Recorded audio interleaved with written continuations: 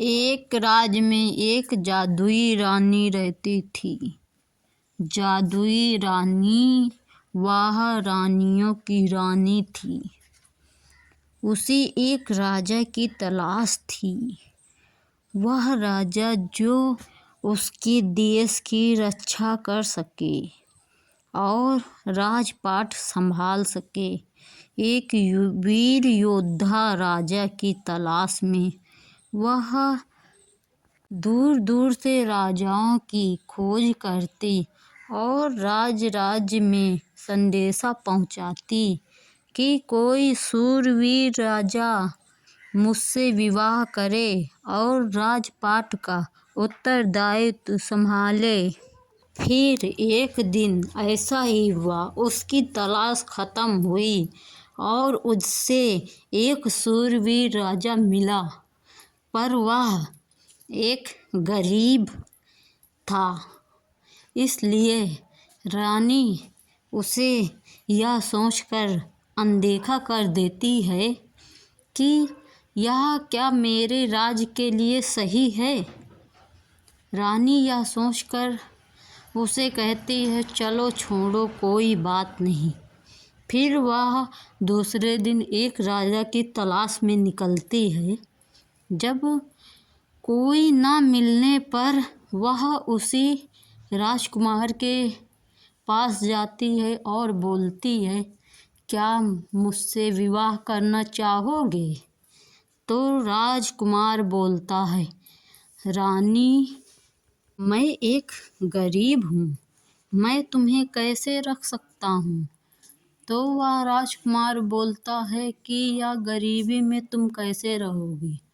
तो रानी बोलती है, तुम फिक्र मत करो, विवाह के पश्चात तुम मेरा राजपाट संभालोगे और मैं तुम्हारे साथ वहीं रहूँगी। तुम्हें इस झोपड़ी में रहने की कोई आवश्यकता नहीं है। तो राजकुमार थोड़ा सा कतराया, फिर बोला कि हे रानी, मेरी बूढ़ी माँ के अलावा मेरा कोई नहीं है और मेरी बूढ़ी माँ फिर क्या करेंगी? तो राजकुमारी बोली कि अपने बूढ़ी माँ को भी साथ ले चलो, वहीं रहेंगी वो भी। तो वह दोनों राजकुमारी और राजकुमार चले गए। विवाह करने के पश्चात राजकुमार को वहाँ का राजा घोषित कर दिया गया। फिर वह राजपाट संभालने लगा और राजकुमारी को यह वरदान मिला था कि उसके विवाह के पश्चात वहाँ की प्रजा बहुत खुशहाल रहेगी। और ऐसा ही हुआ। राजकुमारी के विवाह के पश्चात उस देश में शांति और खुशहाली का माहौल बन गया।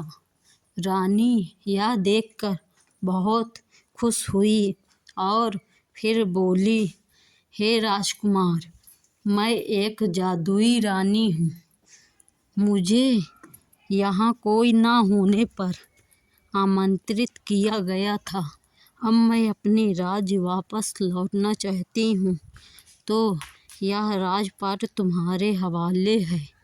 अब तुम इस राजपाट की देख रेख करोगे और इस राजपाट का उत्तरदायित्व संभालोगे। फिर राजा थोड़ा सा कतराया, बोला, हे रानी, मुझे छोड़कर तुम कहाँ जा रही हो? अब मेरा क्या होगा? मैंने तो सिर्फ तुमसे ही प्रेम किया है। अब मैं कैसे जीऊँगा? इस राजपाट का मेरे लिए कोई मोल नहीं।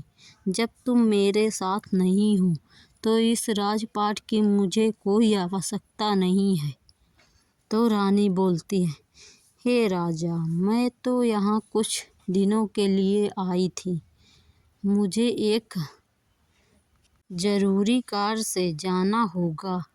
मैं इस राज्य में इसलिए रुकी थी क्योंकि यहाँ के बहुत सारे दुश्मन यह राज्य को अपनाना चाहते थे। और इन गरीब लोगों को यहाँ से भगाना चाहते थे। इन गरीब लोगों को देखकर मैं यहाँ रुकी और मुझे इसीलिए एक ऐसे राजा की तलाश थी जो यह राजपाट को अच्छे से देख रेख कर सके, और तुम वही हो। इसीलिए मैं तुम्हें यह उत्तरदायित्व देती हूँ और अब मैं चलती हूँ। अगर मेरा कार्य जल्दी सफल हुआ तो मैं ज़रूर आऊँगी। फिर राजा बोला, ठीक है। अब रानी तो चली गई। अब राजा सारी प्रजा की देख रेख करता, स्वयं अपने की देख रेख ना करता। वह इसी चिंता में रहता कि मेरी रानी कब आएगी।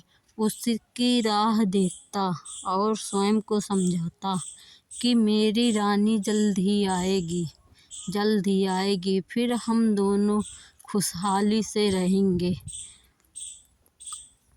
5 वर्ष बीत जाते हैं पर रानी का कोई पता नहीं। अब रानी यह सोचकर खुश रहती है कि राजा तो कोई दूसरी विवाह कर खुश होगा, पर राजा तो उसी की प्रतीक्षा कर रहा था। अब एक दिन रानी टहलते टहलते उसी राज से गुजरी। तब रानी ने सोचा, क्यों न ये भी राज भी घूम लिया जाए। मेरी प्रजा किस हाल में है, जरा देख लिया जाए। फिर रानी वह राज में जाती है।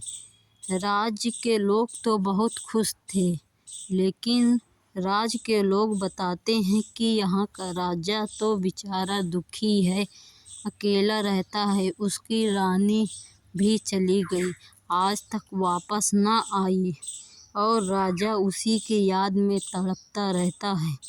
तो रानी यह बात सुन रही थी। रानी बोली, क्या राजा अभी तक शादी नहीं किया? फिर रानी राजा के पास जाती है और राजा से बोलती है, हे राजन, मैं तुमसे बोली थी मैं वापस नहीं आऊँगी, तुम दूसरा विवाह कर खुश रहना, पर तुमने ऐसा नहीं किया।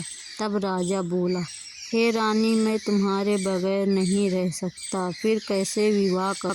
तब फिर दोनों साथ साथ रहने लगते हैं और राजा भी खुश रहता है, राजा की प्रजा भी खुश रहती है।